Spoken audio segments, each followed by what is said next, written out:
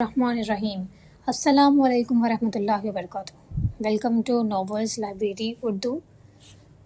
چلتے ہیں اپنی نئی کہانی کی طرف، جو کہ ایک مورل سٹوری ہے، اور امید کرتی ہوں آپ کو یہ مختصر سی کہانی ضرور پسند آئے گی۔ آپ سے گزارش ہے کہ ضرور میرے چینل کو سبسکرائب کیجیے اور لائک کا بٹن ضرور دبائیے۔ کہانی شروع کرتے ہیں۔ دیر آید۔ امی، میں رفیہ خالہ کی طرف جا رہی ہوں، شام تک لوٹ آؤں گی۔ ابرش نے کچن میں جھانک کر مطالعہ کیا تو فوزیہ بیگم کی تیوری چڑھ گئی۔ یہ تم کیا روز کالج سے واپسی پر سیر سپاٹوں پہ نکل جاتی ہو؟ پرسوں وقار ماموں کی طرف گئی تھی، کل قبیلہ پھپھو کی طرف چلی گئی، آج خالہ کی طرف جا رہی ہو، تو کل بشرا چاچی کی طرف جانے کا پروگرام بن جائے گا۔ آپ کو کیسے معلوم ہوا کہ میں کل بشرا چاچی کے گھر جاؤں گی؟ اس نے معصومیت سے استفسار کیا تو فوزیہ بیگم سیخ پا ہوئیں، کیونکہ پچھلے کئی ہفتوں سے تمہاری یہی روٹین دیکھ رہی ہوں۔ ایسی لڑکی نہ دیکھی نہ سنی، کچن کے کاموں میں ماں کی مدد کرنے کی توفیق نہ ہوئی۔ یہی لچھن رہے تو اگلے گھر جا کر خوب ناک کٹواؤ گی ہماری۔ پھر کب بھیج رہے ہیں مجھے؟ وہ پرسوچ انداز میں بولی۔ کہاں؟ اگلے گھر۔ فوزیہ بیگم نے سرت سے جوتا فائر کیا، مگر ابرش برق رفتاری سے غائب ہو گئی۔ وہ پیچھے دیر تک اسے کوستی رہی۔ رفیہ خالہ کے گھر کے حالات آج کل کافی کشیدہ تھے۔ ان کے میاں کی معمولی آمدنی میں مہینہ مشکل سے گزرتا تھا۔ سونے پر سہاگا، ان کا چھوٹا بیٹا پیٹ سے گر کر بازو تروا بیٹھا تھا۔ ان کے ساتھ آتے جاتے رفیہ خالہ کو باتیں سناتی کہ ان سے بچے نہیں سنبھالے جاتے۔ فوزیہ بیگم بھی ہر ممکن طریقے سے بہن کی مدد کرنے کی کوشش کرتی۔ اس دن بھی بھانجی کی مزاج پرسی کے لیے آئیں تو ابرش کے لون کے کئی ان سلے سوٹ ان کی بچیوں کے لیے لے آئیں۔ اس چمکیلی سا پہر کو پسینے سے شرابور ابرش ان کے آنگن میں وارد ہوئی تو سامنے برآمدے میں تاؤسی تخت پر براجمان رفیہ خالہ کی ساس اسے دیکھتے ہی بربرانے لگی۔ اس گرمی میں بھی تمہیں اپنے گھر چین نہیں؟ ان کو اس کی بے وقت آمد گوارا نہ گزرتی تھی۔ بجا فرمایا آپ نے، سارا سکون تو آپ کے گھر ہے۔ ابرش نے ان کے پاس سوئے موسیٰ کے گال چٹا چٹ چومے، پھر ان کے ہاتھ سے شربت کا گلاس اچک کر چارپائی پر جا بیٹھی۔ پیڈسٹل فین کا رخ بھی اپنی طرف کر لیا۔ انہوں نے ہکا بکا ہو کر اپنا خالی ہاتھوں کو دیکھا۔ ابھی انہوں نے ایک گھونٹ بھی نہیں لیا تھا۔ رفیہ خالہ نے تنبیہی نظروں سے اپنی اس کم عقل بھانجی کو دیکھا، پھر کچن میں دوبارہ ساس کے لیے شربت بنانے چلی گئیں۔ لڑکی تہذیب کے دائرے میں رہا کرو۔ میں تمہاری سہیلی نہیں ہوں، انہوں نے گوش مالی کی۔ سہیلی نہیں ہے تو بن جائے نا، اس میں حرج ہی کیا ہے؟ میں نے سوچا کہ آپ کو خود سے تو کچھ پیش کرنے کی توفیق نہیں ہوگی، خود ہی ہمت کر لوں، مگر آپ کا دل تو بہت چھوٹا ہے۔ یہ لیں پکڑیں اپنا گلاس۔ گلاس تقریباً آدھا خالی ہو چکا تھا۔ پی لیں، سوچیں جھوٹا پینے سے محبت بڑھتی ہے۔ وہ دل جلانے والی مسکراہٹ لبوں پر سجا کر کچن کی سمت بڑھ گئی۔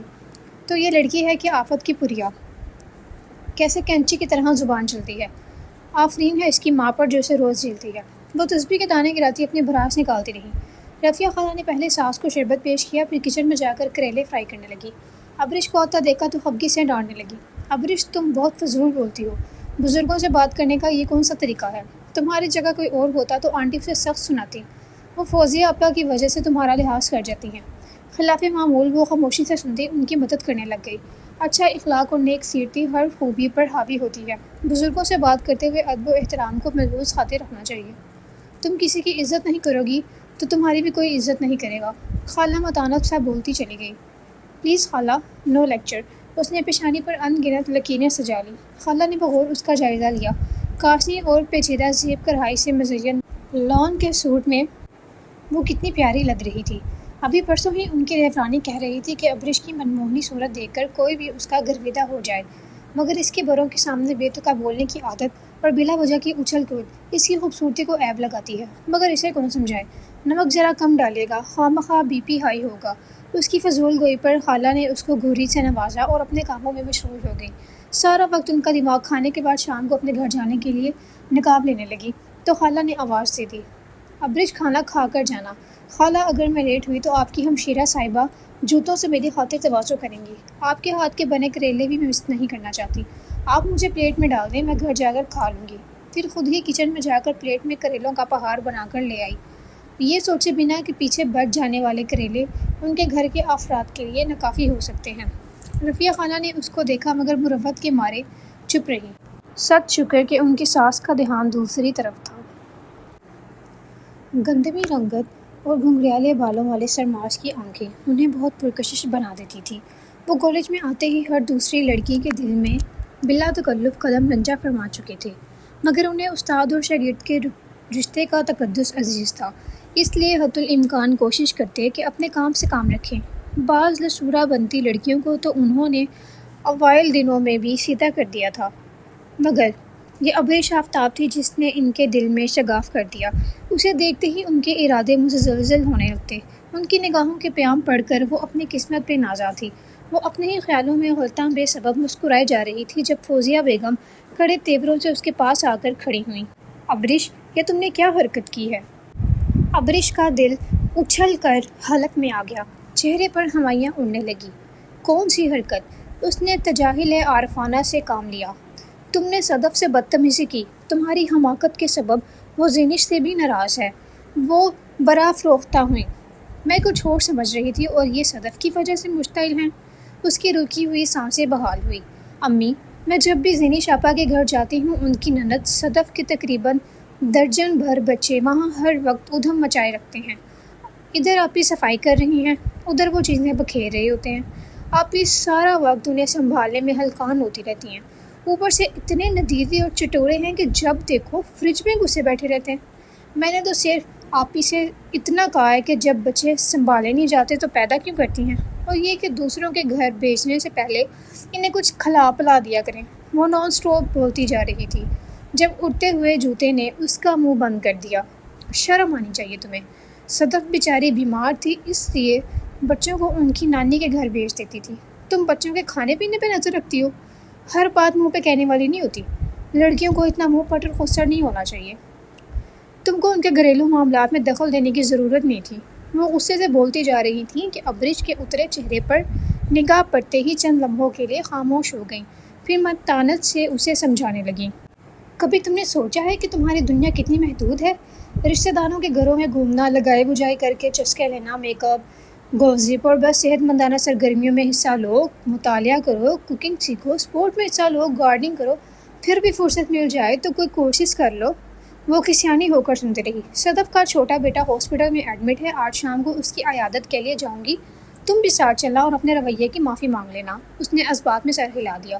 سینٹرل ملٹری ہاسپٹل کی چائلڈ وارڈ خسرہ کے مریضوں سے بھری ہوئی تھی۔ ابریش نے صدف کو سرسری انداز میں سوری کہا، پھر ادھر ادھر کا جائزہ لینے لگی۔ ساتھ والے خالی بیڈ پر ابھی ایک بچے کو لایا گیا تھا۔ بچے کو فٹس کے جھٹکے پڑ رہے تھے۔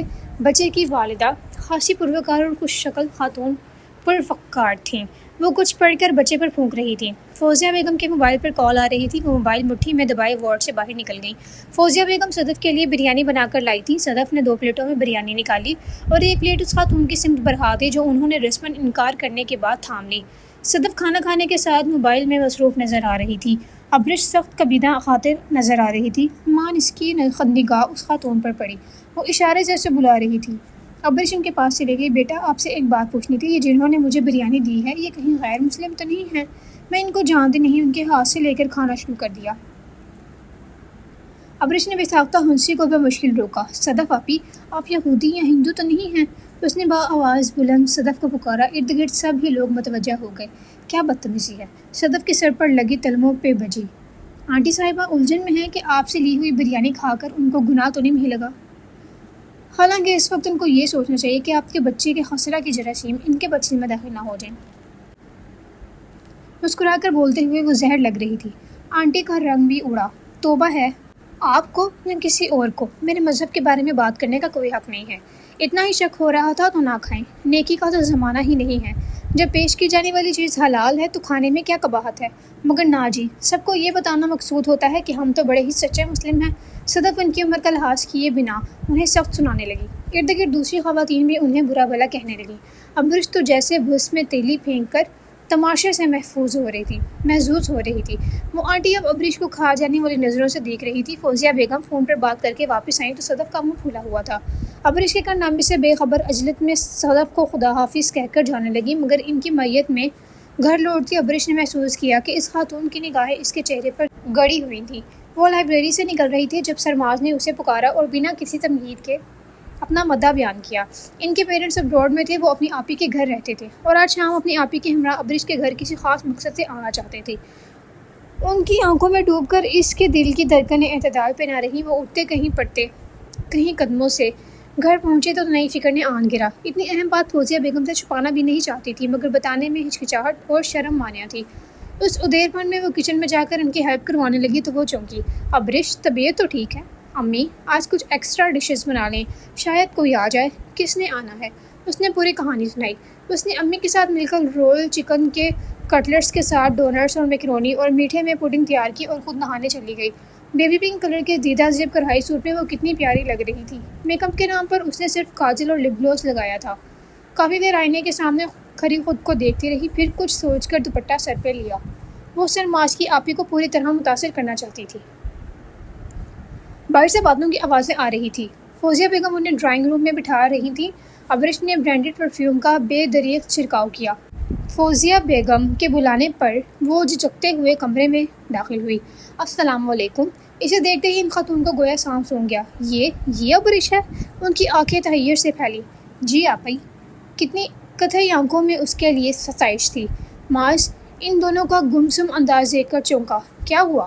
معاذ، اس دن ہاسپٹل میں ملنے والی جس لڑکی کے بارے میں نے تمہیں بتایا تھا، وہ لڑکی یہی ہے۔ معاذ کو دھچکا لگا۔ اب وہ فوزیہ بیگم کو ابرش کی کارگزاری کی تفصیل بتا رہی تھی۔ ابرش کا رنگ کوڑے لٹھے کی مانند سفید ہو چکا تھا۔ معاذ کا سنجیدہ انداز اس کا دل دہلا رہا تھا۔ مانا کہ کسی کے مذہب کے بارے میں بات نہیں کرنی چاہیے، مگر میں نے ایک سوال ہی تو پوچھا تھا۔ ابرش اسی وقت ٹوک دیتی یا مناسب جواب دے کر ٹال دیتی، مگر نہیں، ابرش نے بات بڑھا چڑھا کر بیان کی۔ آئی ایم سوری، ہمارا مقصد آپ کی دل آزاری نہیں ہے، مگر ہم آنکھوں دیکھی مکھی نہیں نکل سکتے۔ میرا بھائی تو اس کی بھولی صورت پہ فدا تھا۔ سچ شکر کی اصلیت وقت پر آشکار ہو گئی۔ دونوں بہن بھائی اجرت میں خدا حافظ کہہ کر نکل گئے۔ سامنے ٹیبل پر فوڈ آئٹمز انچھوئے پڑے تھے۔ فوزیہ بیگم نے یاسیت سے ابرش کو دیکھا۔ انہوں نے لاڈ پیار سے بھی سمجھایا تھا، سختی کر کے بھی دیکھ لیا تھا۔ ابرش نے اپنی خو نہ چھوڑی تھی۔ خالہ، پھوپھی، چاچی سب کو ہی اس سے شکایتیں تھیں، مگر ان باریکیوں کو اس نے درخور اتنا نہ سمجھا تھا۔ دوسروں کو زج کر کے لطف اٹھاتے ہوئے اسے اندازہ نہ تھا اس کی ان حرکتوں کے سبب جان سے پیارا اسے مسترد کر کے ہمیشہ کے لیے اس کی زندگی سے چلا جائے گا۔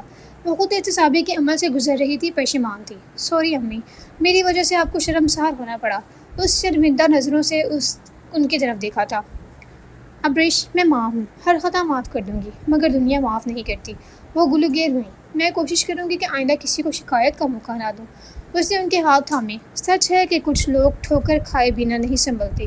دیر سے ہی عقل اسے ضرور آ گئی تھی۔